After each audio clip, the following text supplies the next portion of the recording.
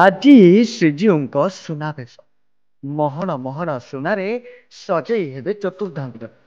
ରାତି 10ଟା କିମ୍ବା 11ଟା ଯାଏଁ ଏହି ଦୁର୍ଲଭ ବେଶ ଦର୍ଶନର ସୁଯୋଗ ପାଇବେ ଶ୍ରଦ୍ଧାଳୁ।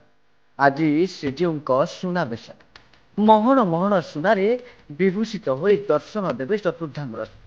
ତିନି ରଥ ଉପରେ ଦୈନନ୍ଦିନ ନୀତିକାନ୍ତି ପରେ ଅପରାହ୍ନରେ ସ୍ୱର୍ଣ୍ଣ ଅଳଙ୍କାର ବିଭୂଷିତ ହୋଇ ଦର୍ଶନ ଦେବେ ରଥାରୂଢ଼ ତିନି। ସକାଳ 6ଟାରୁ ମଙ୍ଗଳ ଆଳତି ନୀତି ହୋଇଥିବା ବେଳେ ଦିନ 10ଟା 30 ସୁଦ୍ଧା ଗୋପାଳ ବଲ୍ଲଭ ଭୋଗ ନୀତି। ଦିନ 2ଟାରୁ 3ଟା ମଧ୍ୟରେ ମଧ୍ୟାହ୍ନ ଧୂପ ନୀତି ହେବ। ଆଉ ସନ୍ଧ୍ୟା 5ଟାରୁ 6:30 ମଧ୍ୟରେ ଅନୁଷ୍ଠିତ ହେବ ସୁନାବେଶ। ସୁନାବେଶରେ ପ୍ରଭୁ ମହଣ ମହଣ ସୁନା ପିନ୍ଧି ଭକ୍ତମାନଙ୍କୁ ଦର୍ଶନ ଦେବେ। ରାତି 10ଟା କିମ୍ବା 11ଟା ଯାଏଁ ଏହି ଦୁର୍ଲଭ ବେଶ ଦର୍ଶନର ସୁଯୋଗ ପାଇବେ ଶ୍ରଦ୍ଧାଳୁ। ମହାପ୍ରଭୁଙ୍କ ସୁନାବେଶର ବ୍ୟବହୃତ ଅଳଙ୍କାର ସବୁ ଗତ 14 ତାରିଖରେ ଅସ୍ଥାୟୀ ବାହାର ରତ୍ନଭଣ୍ଡାରକୁ ସ୍ଥାନାନ୍ତର କରାଯାଇଛି।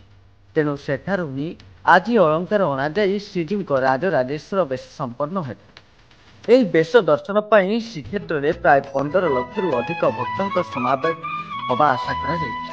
ଶୃଙ୍ଖଳିତ ଦର୍ଶନ ଲାଗି ପ୍ରଶାସନ ପକ୍ଷରୁ ବ୍ୟାପକ ବନ୍ଦୋବସ୍ତ ହୋଇଥିବା ବେଳେ ରଥାରୂଢ଼ ଶ୍ରୀଜୀଉଙ୍କ ସାମ୍ନାରେ କୌଣସି ସେବାୟତ ଛିଡ଼ା ହେବାକୁ ବାରଣ କରାଯାଇଛି।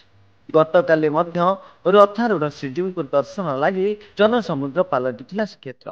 Bureau report, news alert 2027।